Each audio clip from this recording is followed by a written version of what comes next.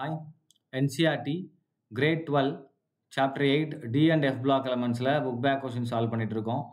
Question number 8.24 calculate the number of unpaired electrons in the following gaseous ions. So Mn3 plus Cr3 plus vanadium 3 plus and titanium 3 plus கொடுத்திருக்காங்க. Which one of these is the most stable in aqueous solution அப்படின்னு கேட்டிருக்காங்க.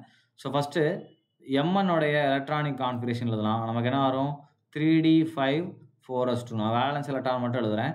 அப்போ என்ன ஆகும் நமக்கு Mn3 plus அப்படின்னா நமக்கு என்ன வரும் இந்த இடத்துல 3d4 and 4s0 வரும். ஸோ அப்போ d4 கான்ஃபிகரேஷன் இதை பண்ணிக்கலாம் d4. அப்போ number of unpaired electron n ஈக்குவல்னா வரும் நமக்கு 4 வரும். நாலுமே எப்போ இருக்கும் அன்பேர்டாக இருக்கும். அடுத்து பாருங்க Cr3 plus. அப்போ ஃபஸ்ட்டு Crக்கு நம்ம கண்டுபிடிக்கலாம். இப்போ Crக்கு நான் கண்டுபிடிக்கும் போது Cr that is equal to 3d5 4s1. இப்போ Cr3 plusனா இதுல இருந்து 3 எலக்ட்ரான் ரிமூவ் பண்ணுங்க. அப்போ என்ன ஆயிரும் 3d3 4s0. அப்போ n equal to வரும் 3. என்னன்னா நம்பர் ஆஃப் அன்பேர்ட் எலக்ட்ரான். அடுத்து பாருங்க vanadium 3 plus. So vanadium first வெனேடியத்தோட எலக்ட்ரானிக் கான்ஃபிகரேஷன் தான். ஸோ ஸ்காண்டியம் டைட்டானியம் அடுத்து வெனேடியம். அப்போ என்ன வரும் நமக்கு 3d3 4s2 and vanadium 3 plus அப்படின்னா 3 எலக்ட்ரான் ரிமூவ் பண்ணிங்கன்னா 3d2 4s0 வரும். அப்போ n equal to வரும் நமக்கு 2 வரும்.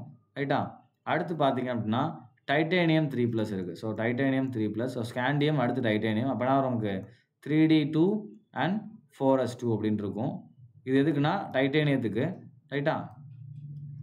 இப்போ டைட்டானியம் 3 plus அப்படின்னா 3 எலக்ட்ரான் ரிமூவ் பண்ணினா 3d1 4s0 வரும். அப்போ n equal to 1. அன்பேர்ட் எலக்ட்ரான் 1. ரைட்டா? ஸோ இப்போ தான் அன்பேர்ட் எலக்ட்ரான் எல்லாமே எழுதியாச்சு. இப்போ எது மோஸ்ட் ஸ்டேபிள் அப்படின்னு கேட்டிருக்காங்க. இப்போ எல்லாமே டி ஆர்பிட்டால் தான். ரைட்டா? ஸோ டி ஆர்பிட்டாலில் நமக்கு 2 செட்டு இருக்குது அப்படின்னு தெரியும். என்ன இருக்குது இந்த டி ஆர்பிட்டாலேயே நம்ம 2 செட்டாக பிரிக்கலாம். ஒன்று இஜி இன்னொன்று என்னது T2g.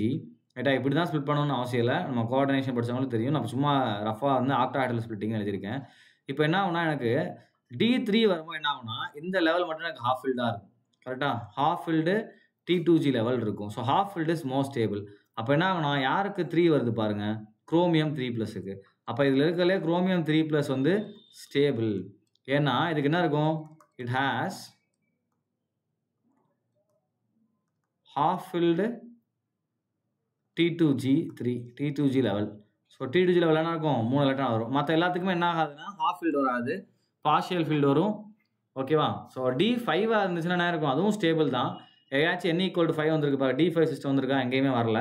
ரைட்டா? அப்போ எல்லாத்துலேயுமே சிஸ்டம் பார்த்தீங்கன்னா இதில் D4 இதில் D3 இதில் D2 இதில் D1 இப்படி தான் நமக்கு சிஸ்டம் வந்திருக்கு. அப்போ யார் ரொம்ப ஸ்டேபிளாக இருப்பாங்க இதில் D3 தான் நமக்கு ஸ்டேபிளாக இருக்கும். Right? Because of the half filled T2g level. Okay? So T2g பற்றி தெரியும்னா கோஆர்டினேஷன் கெமிஸ்ட்ரி ரெஃபர் பண்ணிக்கோங்க. தேங்க்யூ.